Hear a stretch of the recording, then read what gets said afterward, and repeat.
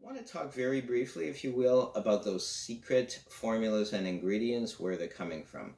And I'm referring, of course, to the DVDs and the books and all that are popular in conjunction with the law of attraction, which we'll tackle separately or as well.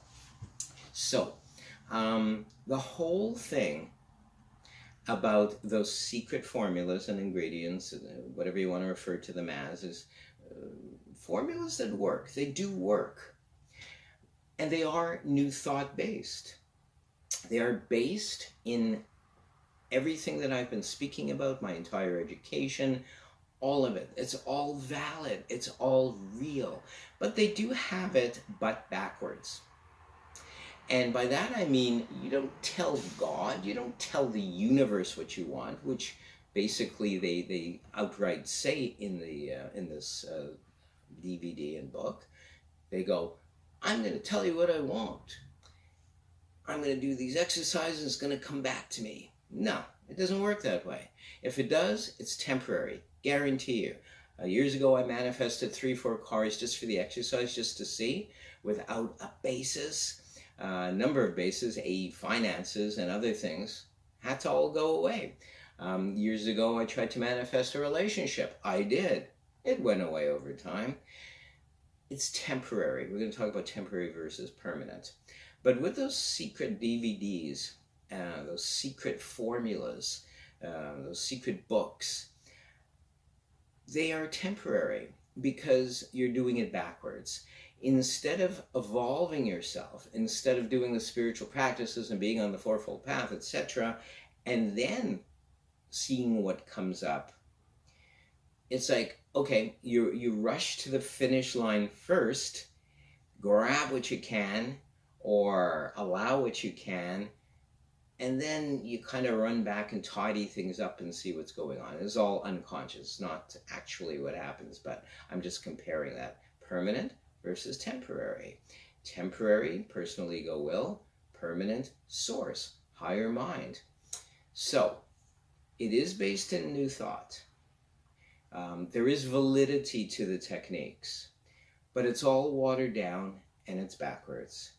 So if anyone out there has managed to actually manifest or materialize anything, if they have, I'm willing to bet you anything you don't have it anymore if you manifested or materialized anything at all, because you're putting the human ingredient into it, and or personal ego will. With the human ingredient, it always fails or is always temporary. Even though we're perfect, we are a part of source and source is a part of us. So there's that beauty and that high resonation, that glow, if you will, that love. But really, when you're doing this, why do it? I know everybody wants love, everybody wants money, everybody wants a nice house, everybody wants a nice car. In many cases, you need a car, just something to go to work in, or something to do your job, or something maybe you want to help other people. Nothing wrong with that. Nothing wrong with wanting stuff.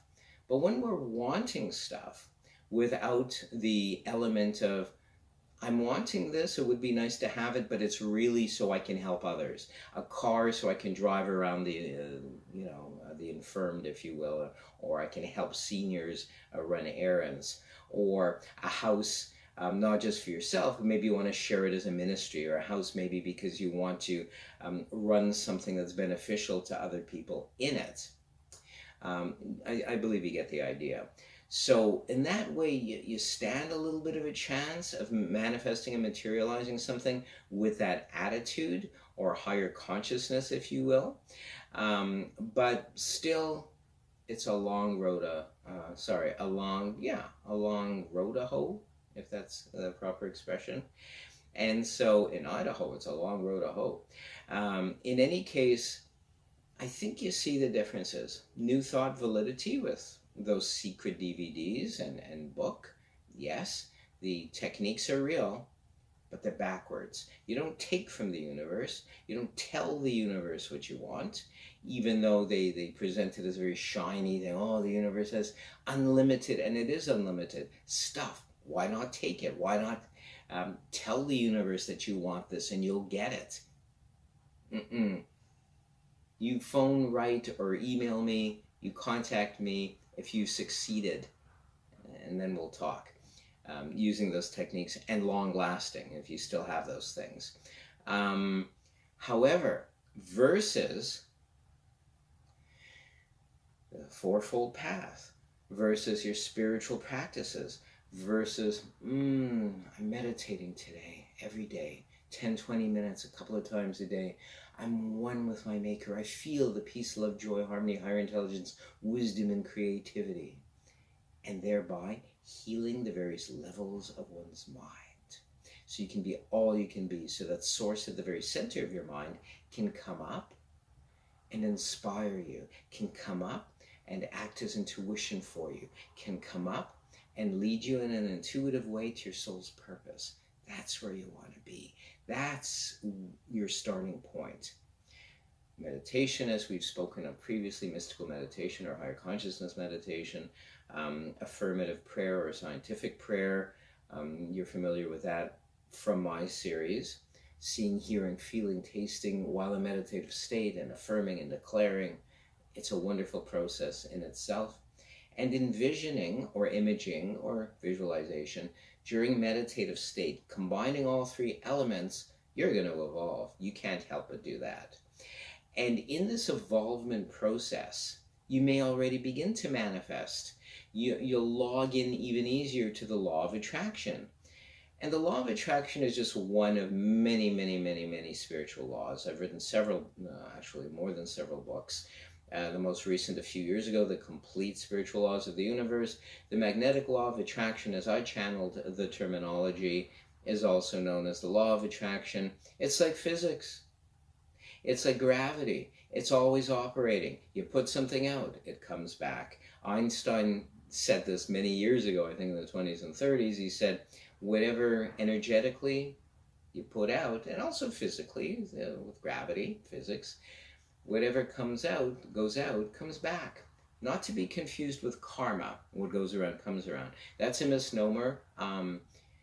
Karma is also mindless. The law of karma, the spiritual law of karma, is really akin to the spiritual law of release and receive. Whatever it is you put out energetically comes back. That's karma. It's cause and effect, the spiritual law of cause and effect, more specifically. So not to confuse the law of attraction with karma or the law of cause and effect or the law of release and receive. They're all very, very subtly different. So with the law of attraction, it became very popular about 25 or so years ago through a series of books. Nothing wrong with that. It's inspired many people to do their best, to be good, to try to log on to this. But what isn't emphasized, I'm not going to say not mentioned, but what is not emphasized is meditation first, ongoing. You become one with Source through meditation and affirmative prayer and envisioning, and then you start to log into automatically in your oneness with your higher self or higher mind with all the spiritual laws anyway, including the law of attraction. But in of itself, just to manifest or materialize things using the law of attraction or those secret formulas, not going to be long lasting. Tell you why. Anything that comes from personal ego will or ego identity is not cleaned up. It's coming from an unhealthy mind of traumas and all this sort of thing. In spiritual mind science, Eastern psychology, we acknowledge various levels of the mind, and we use meditation and these previously mentioned tools to heal and clean up these things so that God at the very center, or higher mind, or the universal mind at the very center, or perfect mind at the very center of your mind, can come up cleanly, easily through the various levels of your mind and inspire you, act as intuition, lead you to your soul's purpose and the fourfold path. Touched on the differences a little bit. I'm going to expand on that. Permanent and temporary. Temporary, personal ego will. Clean up your unconscious mind. You'll be coming less from personal ego will. It's also one of the fourfold path techniques to be aware of. Actually, the first one, letting go of your personal ego will or ego identity. And when you do, wow, you'll start to come from a place that's more permanent, more God-based, more soul-based, and that is not about yourself. which we spoke of earlier. So perhaps you're inspired to get a car or manifest a car, and it will come naturally if it's not for you, or maybe partially for you. Maybe you have in your head, oh, I want the shiny red car, and you go through all the exercises in those secret DVDs and those secret formulas and those secret CDs and the secret books, but it doesn't come. Or you've managed to raise your vibration high enough to open a channel for source to work its way through, that you did manifest stuff somehow. I did that when I manifested 3-4 cars years ago and caused myself heartache and trouble, had to let them go. Years ago, manifested a relationship, had to let that go. It's never permanent, never permanent when it's coming from personal ego will, not your higher mind. So permanent comes from your higher mind, inspired from your higher mind, which by the way is the fourth of the fourfold path, to be able to channel God, to be able to be inspired or intuit, if you will, from source or your higher mind, where to go, what to pray for. And I guarantee you this, when you're the fourth of the fourfold path, you're going to know what to pray for automatically, because your higher mind knows what you have need of before you even do. Maybe you don't even need a car. Maybe you don't even need that relationship. Maybe you don't even need all that money that maybe you're doing fine. Maybe you don't need that house. Maybe you're doing fine. So at that point, once you've evolved through using the spiritual practices and going through the fourfold path stages, in the end, you'll be in a permanent place. You'll be resonating with your highest self and be inspired. You'll be inspired. All those things about materializing and manifesting, which were ego-based or personal ego-based or personal ego identity, they won't be important anymore. You'll forget about it. You'll be in a completely different place of peace, love, and joy. I hope this has shed a bit of light on the differences in this very brief episode, this supplemental episode on those secret DVDs and books and CDs. I hope it has shed some light on where it's really coming from. Yes, it's all new thought, which is okay. But one is temporary, personal ego identity, ego will. The other one, come from God, do the spiritual practices. And whatever is meant to be for you in this lifetime, if it is in yours and others' greater good, will come anyway with very, very little effort. I'm so glad you came this day. Until next time, peace and richest blessings.